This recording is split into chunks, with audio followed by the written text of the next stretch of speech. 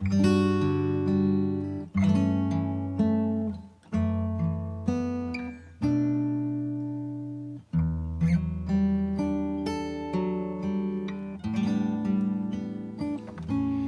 모습 이대로 사랑하시네.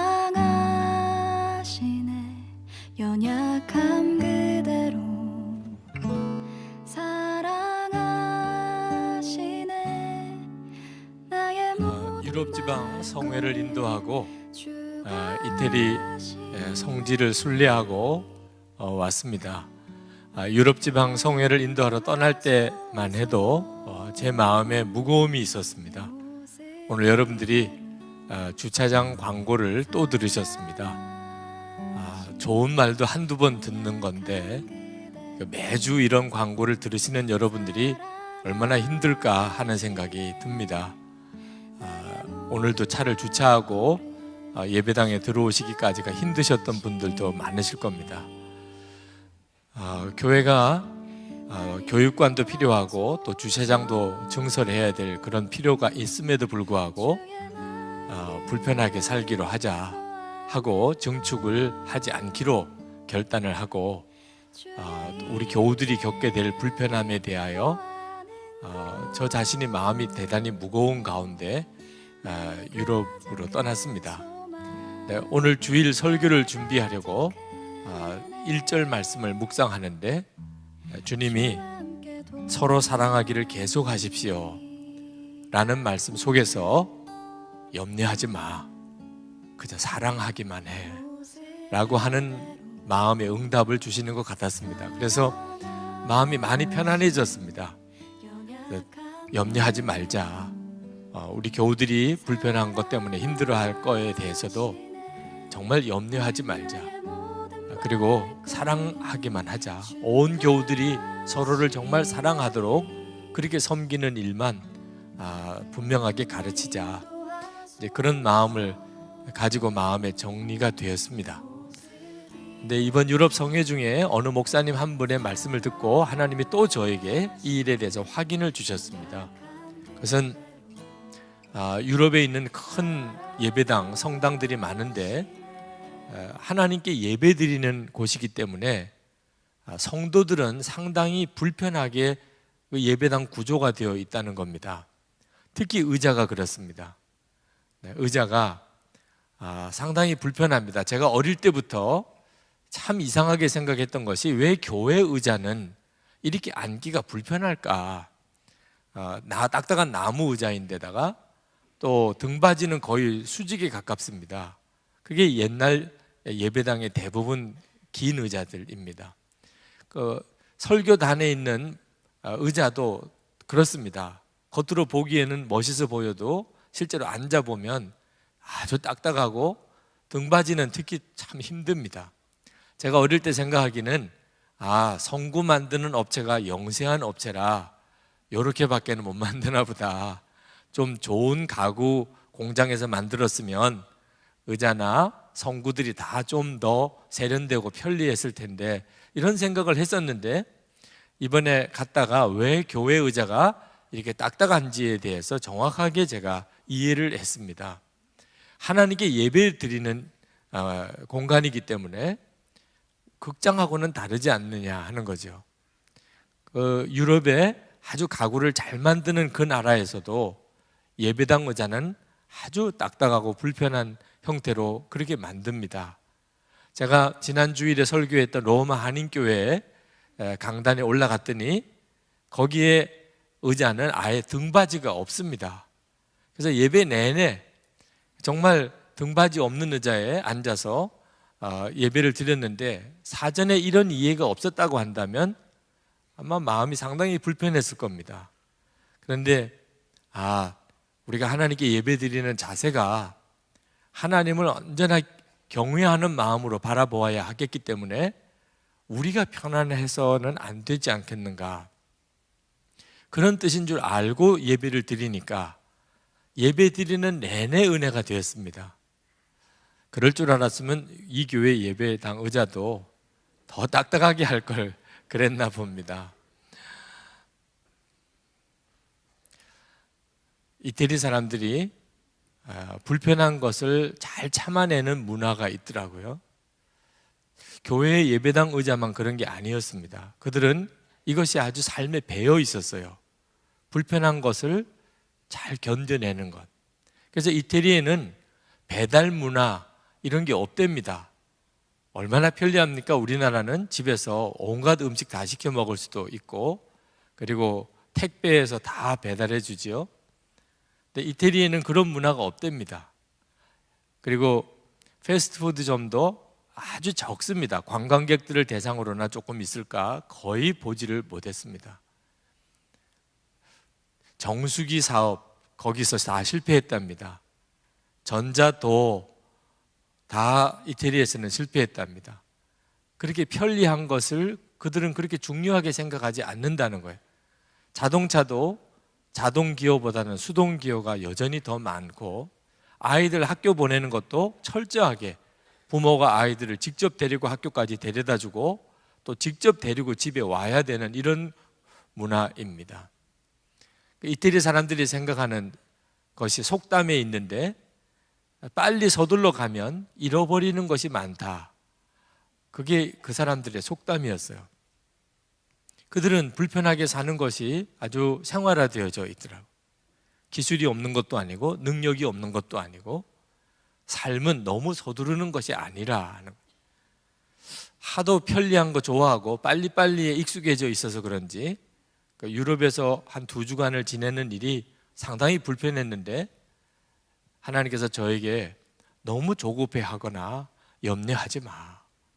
그래서 이번 여행 내내 좀 여유 있게 그저 주님께만 집중하고 사람들의 마음을 읽고 산도 보고 또 들판도 보고 물소리도 듣고 바람도 느끼고 그렇게 한번 지내야 되겠다 하는 여행을 했습니다. 여러분, 우리가 하나님 앞에 나와서 예배할 때 불편한 것이 이것이 오히려 기쁨이 되겠구나, 그런 마음을 꼭 가지셨으면 좋겠습니다. 굳이 돈을 많이 들여서 건물과 주차장을 더 많이 짓는 것이 하나님이 기뻐하시는 일일까? 그렇지 않고도 얼마든지 우리가 하나님께 예배드릴 수 있다면, 교육관도 여전히 지금 숙제고 난감한 문제들이 많습니다만, 그러나 더 좁게 지내고 해도 얼마든지 하나님께 예배 드릴 수 있지 않을까. 불편한 것을 정말 기쁨으로 생각하고 오히려 그 일을 통해서 더 하나님께만 우리의 마음을 드릴 수 있게 되었으면 좋겠습니다. 유럽을 가봤더니 경제적인 수준은 우리나라와 이제 유럽이 거의 비슷해졌습니다. 그러나 정신적인 수준은 아직도 우리가 많이 뒤처져 있다 하는 생각이 들었습니다. 그 사람들이 생각하는 것, 그 사람들이 보는 것은 우리가 생각하는 것과 많이 달랐어요. 여러분은 여러분 자신이 중산층이라고 생각합니까? 아마 이 자리에 있는 분들 중에 상당히 많은 분들이 나는 그저 중산층 정도일 거야 이렇게 생각을 하는데, 중산층에 대한 기준이 나라마다 좀 다르더라고요. 우리 직장인들을 대상으로 설문조사를 해봤습니다. 어느 정도 수준이어야 중산층인가? 우리나라 사람들은 첫 번째, 부채 없이 아파트 30평 이상을 소유한 사람. 두 번째, 월 급여가 500만 원 이상인 사람. 세 번째, 자동차는 2000cc급 중형차를 소유한 사람. 네 번째, 예금액 잔고가 1억 원 이상인 사람. 다섯 번째, 해외여행 1년에 한 차례 이상 다닐 수 있는 사람. 이런 사람을 중산층이라고들 꼽는답니다. 탈락하신 분들이 꽤 있으실 것 같아요. 네. 자, 프랑스 사람들은 어느 정도를 중산층이라고 생각하는가? 퐁피두 대통령이 제시한 중산층의 기준입니다. 첫 번째, 외국어를 하나 정도는 할 수 있어야 하고, 두 번째, 직접 즐기는 스포츠가 있어야 하고, 세 번째, 다룰 줄 아는 악기가 있어야 하고, 네 번째, 남들과는 다른 맛을 낼 수 있는 요리를 만들 수 있어야 하고, 다섯 번째, 사회 문제에 대한 공적인 분노에 의원이 참여할 수 있어야 하고, 여섯 번째, 약자를 도우며 봉사활동을 꾸준히 할 것. 프랑스에서도 별로 가능성이 없어 보이는 분들이 있으시겠고요. 영국은요, 옥스퍼드 대학이 제시한 영국의 중산층 기준입니다. 첫 번째, 페어플레이를 할 것. 두 번째, 자신의 주장과 신념을 가질 것. 세 번째, 독선적으로 행동하지 말 것. 네 번째, 약자를 두둔하고 강자에 대응할 것. 다섯 번째, 불의, 불평, 불법에 의연히 대처할 것. 미국 공립학교에서 가르치는 중산층 기준입니다. 첫 번째, 자신의 주장에 떳떳하고, 두 번째, 사회적인 약자를 도와주며, 세 번째, 부정과 불법에 저항하고, 네 번째, 테이블 위에 정기적으로 보다보는 비평지가 놓여 있을 것. 자, 기독교 정신을 바탕으로 한 나라들이 가지고 있는 중산층의 기준은 정신적인 문제입니다. 의식의 문제예요. 우리나라는 너무 물질적인 기준으로 중산층을 규정하고 있는 것을 보게 되죠. 오늘 본문의 말씀, 성경 본문의 말씀을 읽어보면 어째서 기독교 정신, 세계관을 가지고 있는 나라들이 그런 생각을 하고 있는지를 알 수 있게 됩니다. 오늘 본문이 그 말씀을 하고 있는 거예요. 이제 히브리서가 다 끝납니다. 이제 마지막 권면이 한 장 남아 있습니다. 여기서 우리에게 권합니다.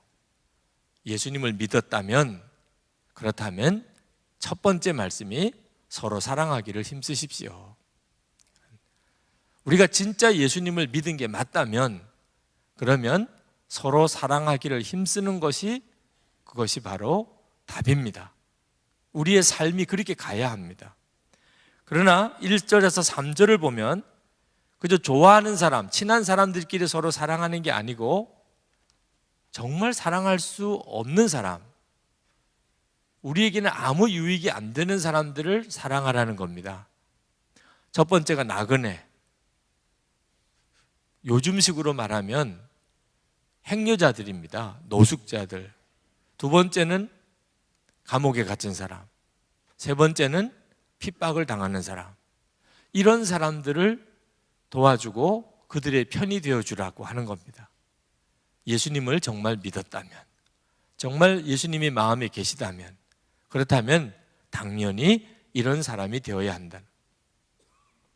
2절 말씀에 보면 어떤 이들은 나그네를 대접하다가 자기들도 모르는 사이에 천사들을 대접하였습니다. 아브라함이 그랬고 아브라함의 조카 롯이 그랬죠. 그러니까 나그네를 천사같이 대접하라는 겁니다. 죽기 하듯이 하라는 거죠. 저희 교회에 매일 11시가 되면 교회 식당에 주목자들의 점심 대접이 있습니다. 11시에 교회에 오시면 그분들을 섬길 수가 있습니다. 하나님께서 우리 교회에 되어지는 많은 일들을 보시겠지만 아마 가장 주목해 보시는 시간과 장소가 아닐까 하는 생각이 듭니다. 주님의 말씀이 일관되게 그 말씀을 하고 계시기 때문입니다. 가난하고 어렵고 먹을 것이 없는 이들이 그들에게 한 것이 주님께 한 것이라고 했습니다. 여러분 혹시 교회에 평일에 이렇게 나오셨다가 이 주목자들을 혹시 뵈면 주님을 대하듯이 해보시기 바랍니다. 주님께 하듯이. 그게 교회인 거죠. 그분들은 잘 이해하실 수 없을지 모르겠습니다.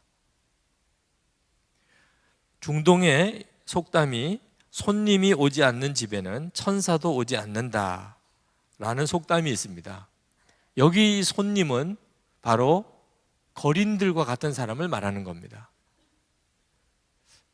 행여 주목자가 오지 않으면 천사도 오지 않아요.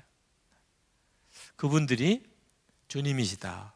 여러분도 여러분 주변에 정말 딱하고 힘들고 어려운 사람, 솔직히 말해서 상종하기 싫고 가까이 하기 좀 부담되는 사람들을 놓치지 않게 되기 바랍니다. 여러분의 마음에 잘 들지 않고 또 부담만 되는 사람들, 그들을 향한 마음이 예수님이 정말 여러분 안에 계신지, 여러분의 주님이신지를 구분하는 중요한 기준입니다. 여러분이 예수님을 잘 믿는지 안 믿는지는 여러분이 매일 성경을 보고 또 기도를 하고 또 여러분이 매 주일마다 교회에 나오고 또 여러분에게 어떤 영적인 체험이 있는 것만 가지고 구분하는 거 아닙니다. 그건 중요한 기준이지만 여러분의 삶이 정말 나그네들과 감옥에 갇힌 자와 그리고 핍박당하는 자를 사랑하고 섬기는지 하는 데 달려 있는 겁니다. 그제 거기까지 가야 이분이 정말 예수님을 믿으시는 분이구나 하는 것을 알 수가 있습니다.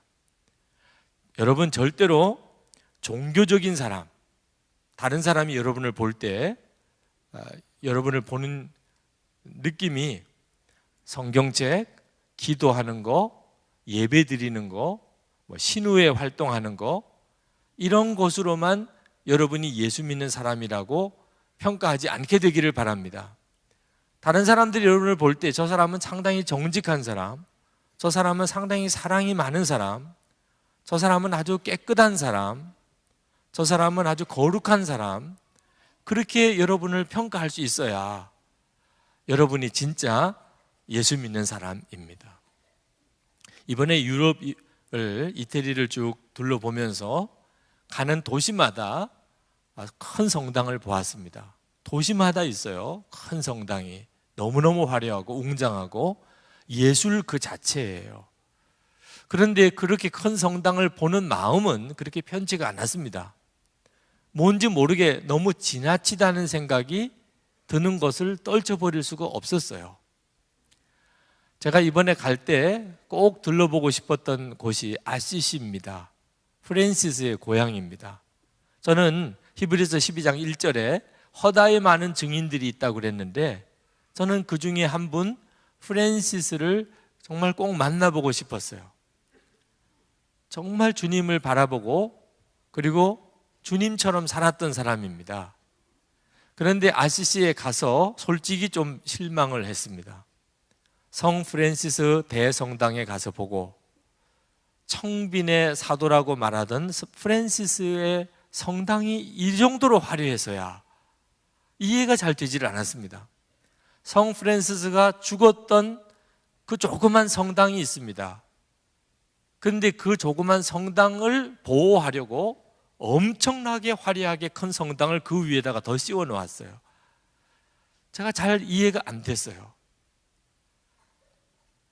프란시스는 죽을 때 자기를 위해서 큰 성당을 짓지 말아달라고 유언장을 남겼는데 교황이 그걸 찢어버리고 그리고 거기다가 큰 성당을 지었다고 그럽니다.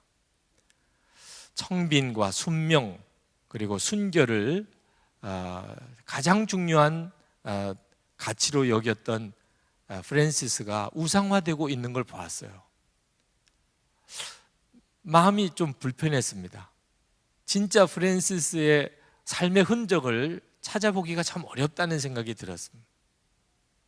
그런데 여행의 맨 마지막에 발데제 교회를 찾아가게 되었습니다. 이 발데제 교회는 1170년 12세기에 프랑스 사람 왈도라고 하는 사람에 의해서 만들어진 교회인데 그 왈도는 아주 부유한 상인이었습니다. 그런데 성경을 읽고 싶었어요. 그러나 가톨릭 교회는 평신도들이 성경을 읽게 하지 못합니다. 사제만 성경을 읽게 하고 성경 봉독은 다 라틴어로만 하게 해서 일반 교인들은 성경을 알 수가 없어요. 설교만 듣는 거죠. 강론만 듣는 겁니다. 근데 이 왈도는 성경을 읽고 싶었어요. 그래서 개인적으로 돈을 들여서 성경을 번역을 해서 성경을 읽게 됩니다. 성경을 읽고 난 다음에 가톨릭 교회가 가르치는 많은 내용이 성경과 다르다는 사실을 알게 됩니다. 연옥설이라든지 면죄부 판매라든지. 그래서 교황을 찾아가서 성경을 읽게 해달라고 요청을 합니다. 그리고 성경대로 예수님을 믿게 해달라고 요청을 하고 거절당합니다. 그리고 이단으로 지목이 됩니다. 그때부터 수백 년에 걸쳐서 상상할 수가 없을 만한 핍박을 당합니다. 무수한 발데제 교회 교인들이 죽어갔습니다. 그들이 겨우 알프스 깊은 산골짜기에 들어가서 거기서 동굴을 파놓고 짐승처럼 살았습니다. 그렇게 그들은 그들의 믿음을 지켰습니다. 지금은 이제 그들이 공인되어서 마음껏 신앙생활을 할 수가 있지만 그들의 역사는 정말 비참했습니다. 근데 그 교회를 찾아갔어요. 그 교회를 찾아가서 감동을 받았습니다. 그 교회는 아무런 장식도 또 규모도 너무나 자그마한 정말 우리가 시골에서 흔히 보던 그런 조그만 교회였습니다. 그래서 더 감동을 받았습니다. 그 교회는 왈도에 대한 초상화나 동상 어디도 찾아볼 수가 없었습니다. 오직 예수 그리스도 그리고 하나님의 말씀, 성경 그 외에는 아무것도 없었어요. 주님이 제 손을 잡고 마치 이태리에 있는 여러 성당들을 보여주시고 그리고 발데제 교회를 보게 하신 것 같았습니다. 주님이 저에게 말씀하셨어요. 정말 잊어버릴 수 없도록 저에게 말씀하셨어요. 화려한 성공을 추구하지 말아라. 화려한 성공을 추구하지 말아라. 그리고 신비적인 체험만 추구하지 말고 성경 말씀을 철저하게 붙잡으라. 말씀대로 살고 말씀대로 전하다가 고난을 당하면 그것이 영광인 줄 알아라. 주님이 저에게 이번에 분명히 가르쳐 주신 겁니다. 이 발데제 교회 교인들이 남긴 건 사실 아무것도 없었어요. 캐톨릭 교회와 비교해 보니까 정말 초라하기 짝이 없었어요. 그런데 하나 아주 잊어버릴 수 없는 것이 있었습니다. 그것은 그 이태리 사람들에게 이 발데제 교인들, 개신교도들은 어떤 사람들이냐 하고 물어봤을 때 0.3% 정도밖에 안 되는 사람들이지만 그 사람들은 정직한 사람들입니다 라고들 평가하고 있다는 거죠. 삶이에요. 삶이 그들을 증거하고 있었습니다. 여러분, 우리가 예수님을 정말 잘 믿는다는 것은 삶에서 드러나는 겁니다. 거룩한 삶, 정직한 삶, 그리고 사랑하는 것입니다. 가장 먼저 시작은 가정에서부터 시작이 돼야 됩니다. 우리가 정말 예수를 믿는지 안 믿는지는 가족들이 인정해 줘야 합니다. 4절 말씀에 모두 혼인을 귀하게 여겨야 하고 잠자리를 더럽히지 말아야 합니다. 음행하는 자와 간음하는 자는 하나님의 심판을 받을 것입니다. 여러분, 정말 부부생활 정결하고 거룩하게 해야 합니다.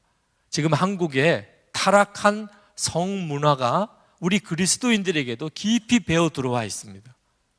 오늘 이 예배를 드리고 이 말씀을 듣는 이들은 명심해야 합니다. 이건 심각한 문제입니다. 부부 사이에 정말 정결해야 합니다. 가정 안에서 여러분의 정결함을 지켜야 합니다. 어느 원로 목사님 이야기를 들었습니다. 6.25 전쟁 때 잠시 아내와 아이들을 남겨두고 목사님만 피난을 내려오는 것이 그냥 영원한 이별이 되어버렸습니다.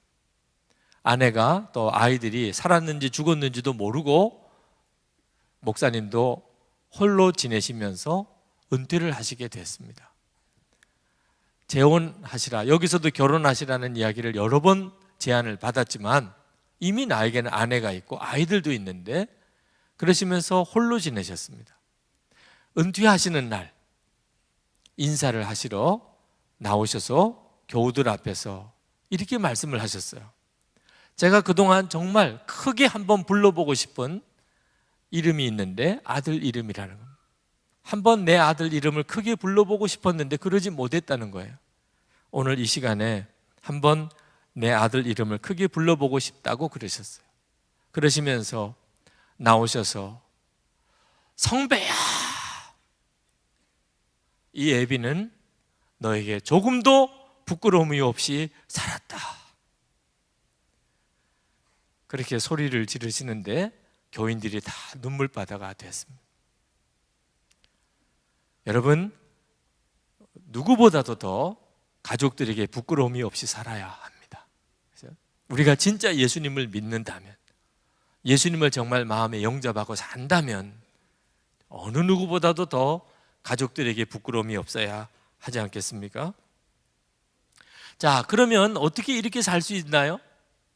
우리가 나그네를 섬기고 감옥에 갇힌 자와 핍박당하는 자를 사랑하고 그들을 섬기고, 그리고 이 세상 문화에 휩쓸리지 아니하고 거룩하고 경건하게 그렇게 살아갈 힘이 도대체 우리에게 있다는 말입니까? 없지요. 우리 스스로의 힘과 능력으로는 못하는 일이죠. 그러면 어떻게 이렇게 살지요? 예수를 믿으면 그렇게 살아지게 되는 겁니다. 5절 말씀을 한번 주목해 보면 좋겠습니다. 5절에 중간에 보면 주님께서 친히 말씀하시기를 이라고 표현하고 있습니다. 얼마나 강력한 표현인지 모릅니다. 주님께서 친히 말씀하시기를, 예수님이 직접 분명히 말씀하셨다는 거예요. 그러니 이 말씀은 너무나도 확실한 보증이고, 그죠? 반드시 이루어지는 것이고, 우리가 이 말씀을 분명히 붙잡으면 두려울 일이 없고, 이 말씀은 우리를 어떤 처지에서도 우리를 지켜줄 수 있다는 뜻이죠. 주님이 직접 친히 말씀하신 거니까. 도대체 무슨 말씀을 하셨다는 거죠? 내가 결코 너를 떠나지도 않고 버리지도 않겠다 하는 겁니다. 여러분이 정말 붙잡아야 할 말씀, 예수님이 친히 말씀하신 거, 내가 너를 결코 떠나지도 않고 버리지도 않겠다 하시는 거예요. 근데 우리 한국 성경에는 결코라고 한 번 기록이 되어 있는데, 헬라어 성경에 보면은 5번 결코라고 쓰여져 있어요. 결코, 그리고 또 결코 5번 쓰여져 있습니다. 그러니 이 구절을, 5절 하반절의 이 구절을 제대로 읽으려면, 나는 나를 믿는 자를 결코 떠나지 않을 것이다. 나는 그 영혼을 결코 사탄의 손에 버려두지 아니하리라 하시는 말씀입니다. 이 말씀이 우리 가운데 그대로 이루어져 있어요. 예수님은 약속대로 우리 마음 안에 임하셨습니다. 그래서 우리는 예수님을 모시고 정말 사는 사람이 된 겁니다. 우리가 예수님을 모시고 사는 사람이 되었기에 우리가 모든 사람을 사랑할 수 있는 겁니다. 우리가 예수님을 모시고 살았기에 거룩하고 경건한 삶을 살 수 있게 된 겁니다. 우리 능력으로는 못하는 거지만 우리 안에 예수님이 와 계시기 때문에 주님이 우리를 그렇게 살게 만들어 주시는 겁니다. 이것이 바로 예수를 믿는 놀라운 축복입니다. 유럽에서 오래 목회를 하시던 목사님께서 하신 말씀이 제 마음을 찔렀어요. 유럽에서 오래 목회를 하시다 보니까 한국으로부터 예수 믿던 교인들이 이제 유럽으로 뭐 주재원으로 오든지 또는 공부를 하러 오든지 또는 사업을 하러 오든지 이렇게 오는 분들을 이렇게 만난답니다. 그런데 한국의 아주 유명한 큰 교회 다니던 교인들이 오게 되는 경우를 본대요. 그러면 처음에 대단히 기대를 많이 가졌답니다. 그렇게 큰 교회에서 신앙훈련도 잘 받고 그 교회를 섬기던 분이니 저분들이 오시면 우리 교회에 큰 힘이 되겠구나, 그렇게 기대를 한대요. 그런데 지금은 겁이 난대요. 큰 교회에서 교인들이 왔다 그러면 이제는 겁이 난대. 너무너무 실망을 했기 때문에. 그분들이 교회에 와서 교회에 큰 힘이 되기는커녕 항상 시어머니 역할만 한답니다. 우리 교회는 어땠는데, 우리 교회는 이랬는데 그러면서 그 교회에 목사님을 가르치려고 하고, 그리고 교회 안에 항상 분열의 그런 요인만 비판적이고 항상 교인들에 대해서, 교회에 대해서 부정적인 그런 자세만 취하는 분들이 너무너무 많더라는 거예요. 여러분, 아는 게 신앙이 아닙니다. 큰 교회에서 신앙생활 하다 보면 보고 듣는 게 많지요. 그런데 그게 내 믿음이 아닙니다. 진짜 내 믿음은 사는 거죠. 그 아는 대로 사라지는 거예요. 우리 교회 교인들이 나가서는 어떤 모습일까 하는 생각이 들었습니다. 저 선한목자교회 다녔습니다. 그런 교우들을 다른 분들이 볼 때는 어떻게 볼까 하는 생각을 했습니다. 남서울 은혜교회 은퇴하신 홍정밀 목사님께서 최근에 어떤 모임에서 아주 탄식을 하셨다고 하는 말을 들었습니다. 예수님을 믿기만 하면 이 땅에 천국이 올 줄 알았다.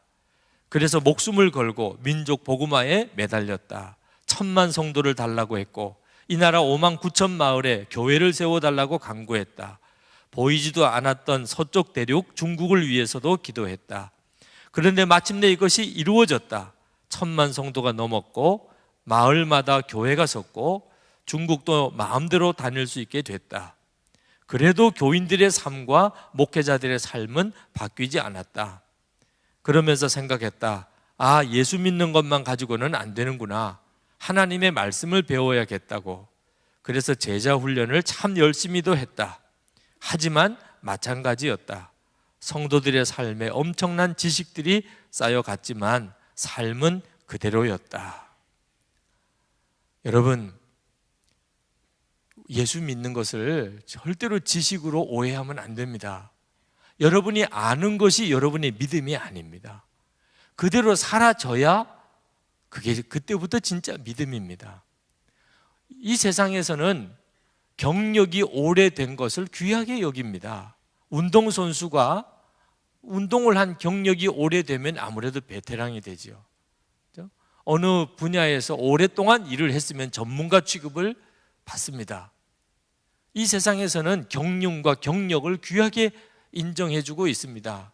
그런데 이상하게 신앙에 있어서만큼은 그렇지 않은 것 같아요. 우리가 어떤 사람을 만날 때 저는 모태신앙인입니다. 그러면 우리가 속으로 어떻게 생각합니까? 아유, 아무것도 못하겠구나. 완전히 뺀질이겠구나. 그렇게 생각을 합니다. 모태신앙인이라면 벌써 부정적인 느낌이 들어요. 저 예수 믿은 지 한 30년 됐습니다. 그러면 어떻게 생각합니까? 완전히 이제 장돌이겠구나. 바늘 하나 들어갈 수가 없어. 30년 동안 믿었다. 30년 동안 완전히 그냥 딱딱한 겉껍데기만 남았겠구나. 이렇게 생각을 하는 경향이 이게 웬일이지요? 아니, 분명히 예수님을 믿은 지 오래되었으면, 예수 믿은 지 5년이 지났고 예수 믿은 지 10년이 지났고 예수 믿은 지 30년이 되었고 어머니 뱃속에서부터 예수를 믿었고, 그러면 이제는 정말 사랑으로 끌어야죠. 이제는 누구랑도 다툼이 없어요. 모든 사람을 다 품어요. 예수님 그분하고 똑같은 거죠. 그래야 맞잖아요. 그런데 어째서 예수를 믿은 지 오래된 사람들이 더 딱딱하고 굳어지고 왜 이렇게 되어버렸을까요? 예수님 믿는 것을 지식으로만 생각하고 있기 때문입니다. 실제로는 종교 생활을 해온 겁니다. 여러분, 예수님을 믿는다는 것은 주님이 말씀하신 그 약속이 이루어진 거예요. 예수님은 내가 결코 너희를 떠나지 않고 내가 결코 너희를 버리지 않을 것이다. 그 말은 무슨 뜻입니까? 우리와 같이 계시다는 거죠. 여러분이 예수님을 믿는다면 예수님을 실제로 여러분 마음에 계신 주님으로 알아야 하고 그렇게 주님과 동행하는 삶을 살아야 하는 겁니다. 여러분이 예수님을 정말 알고 예수님과 동행하는 삶을 1년을 살았고 3년을 살았고 5년을 살았고 10년을 살았다면 삶이 안 바뀌는 게 기적이죠. 예수님과 그렇게 동행하면서 10년을 살았다고 한다. 어떻게 삶이 예전과 똑같을 수가 있으며 어떻게 그 믿음이 껍데기만 딱딱한 믿음이 될 수 있겠습니까? 안 믿는 거예요. 예수님이 진짜 내 마음에 계신 것을 안 믿는 거예요. 마태복음 15장 8절에 이 백성이 입술로는 나를 공경하되 마음은 내게서 멀도다. 마음이 내게서 멀도다. 그러면 예수 믿은 게 아니죠. 입술로는 주님을 공경하는 것 같아도 마음이 주님으로부터 멀다. 예수님은 마음에 계신데, 그 말은 예수님이 정말 내 마음에 계신 걸 생각도 안 하고 살았다, 그 말입니다. 여러분, 목사와 같이 살라 그러면 얼마나 힘드시겠어요. 속계 식구들끼리 같이 함께 사시라고 한다면 얼마나 부담되겠어요. 예수님 마음에 계신 것은 괜찮습니까? 그게 문제라니까. 예수님이 내 마음에 계신 것은 목사와 함께 살고 속계 식구들끼리 같이 사는 것과 비교가 안 될 정도로 사실은 부담스러운 문제지요.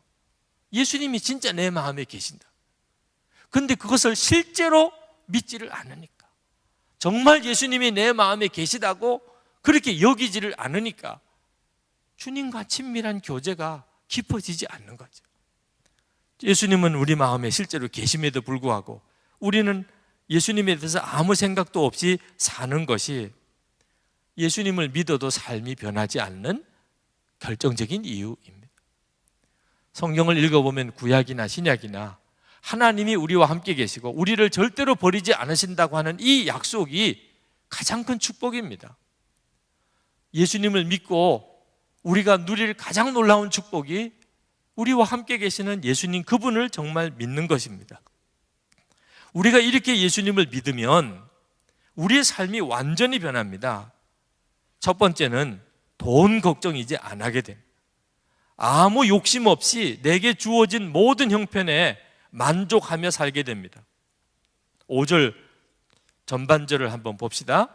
돈을 사랑함이 없이 살아야 하고 지금 가지고 있는 것으로 만족해야 합니다. 다시 한번 읽습니다. 돈을 사랑함이 없이 살아야 하고 지금 가지고 있는 것으로 만족해야 합니다. 여러분, 도대체 어떻게 돈을 사랑하는 마음을 이길 수가 있습니까? 욕심, 탐심을 무슨 수로 이길 수 있습니까? 예수님 그분을 진짜 알지 않는다면 불가능한 일. 그러나 여러분이 예수님을 정말 알게 된다면, 그렇다면 더 이상 돈에 매여서 살지 않게 됩니다. 그게 기적이죠. 자기가 놀란다니까.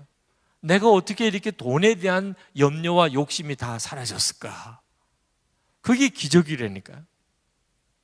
그리고 6절에 보면은 어떤 처지에서도 용기가 생깁니다.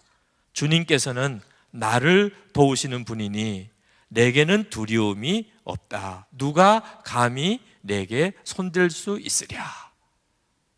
주님이 나를 도우시는 분이니, 주님이 나와 함께 계시니 도대체 내가 누구를 두려워할 것인가?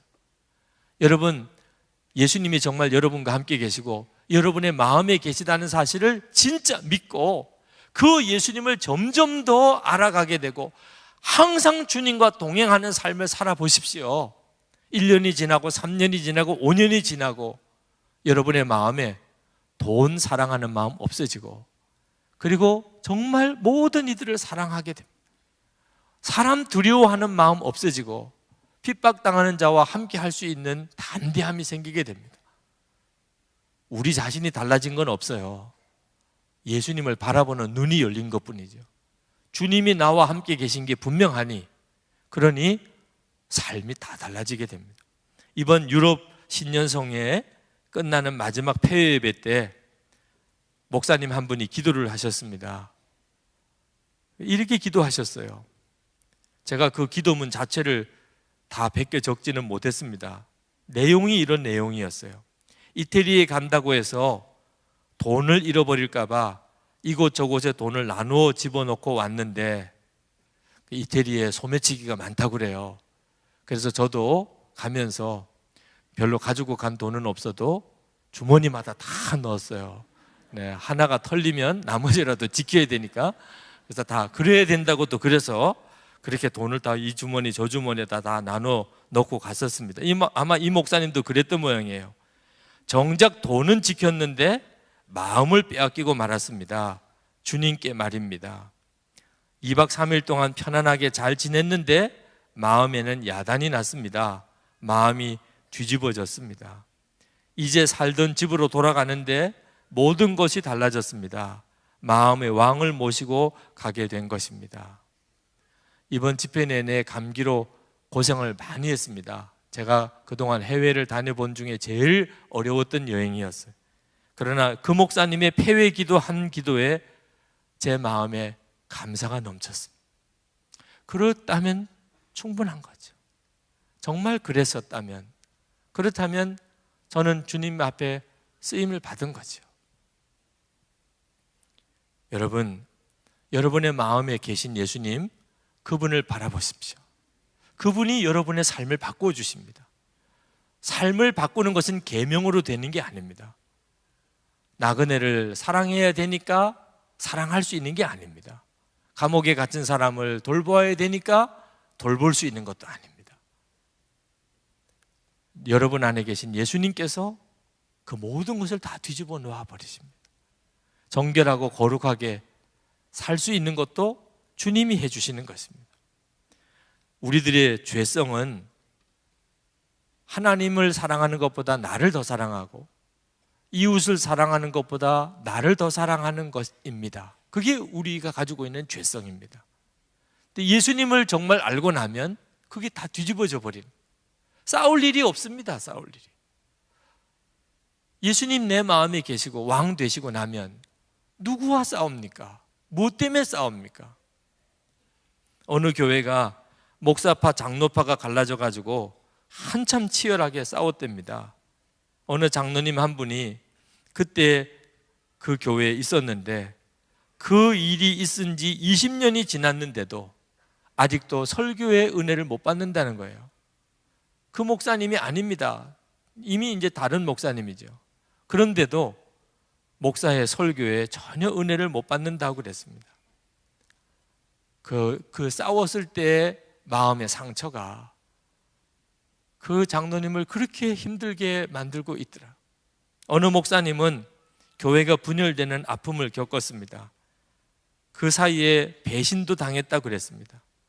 그리고는 이 목사님의 마음에 이제는 아무도 믿지 않기로 했어요. 아무도 믿지 않기로 했어요. 너무너무 마음이 아팠습니다. 여러분, 하나님께서 우리에게 주신 축복은 예수님을 영접함으로 이제는 더 이상 먹고 사는 걱정 안 하는, 모든 염려 주님이 다 맡아주셨습니다. 그리고 우리는 사랑만 하며 사는 축복을 받았습니다. 오늘 이 시간에 이 말씀으로 주님을 다시 한번 분명하게 바라보는 은혜가 있기를 축복합니다. 기도합시다. 우리 다 같이 함께 기도할 때, 주여 제 마음과 제 생각을 붙들어 주시옵소서. 제가 주 예수님을 바라보면서 모든 이들을 사랑하며 살게 해주소서. 주님 기뻐하는 뜻대로 정직하고 거룩하게 살게 해 주옵소서. 통성으로 기도하겠습니다. 은혜와 사랑이 충만하시옵소서.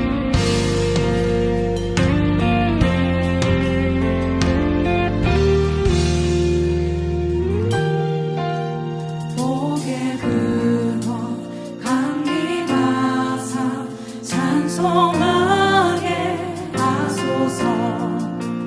한량없이 자비하신 증량할 길 없도다.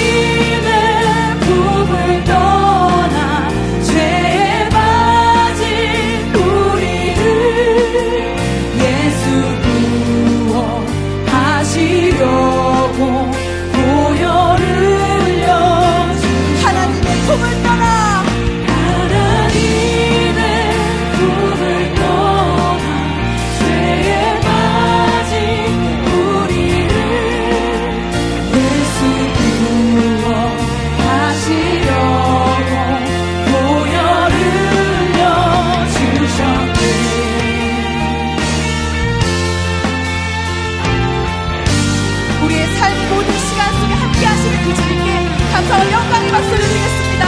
할렐루야.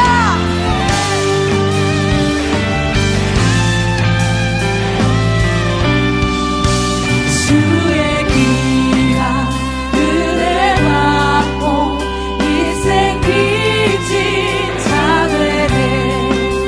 주의 은혜 사슬 되사 나를 주께 다시 고백하겠습니다. 주를 귀한 은혜 받고 은혜 받고 인생 빚진 자 되네. 사슬 내사 나를 주께 내소서. 우리 마음은 연약하여 범죄하기 쉬우니 하나님이 받으시고 전부기를 우리 마음은 연약하여 우리 마음은 연약하여 범죄하기 쉬우니 하나님이 받으시고 전부기를 우리의 목소리로 고백하겠습니다. 우리의 마음은 연약하여 범죄하기 쉬우니 하나님이 받으시고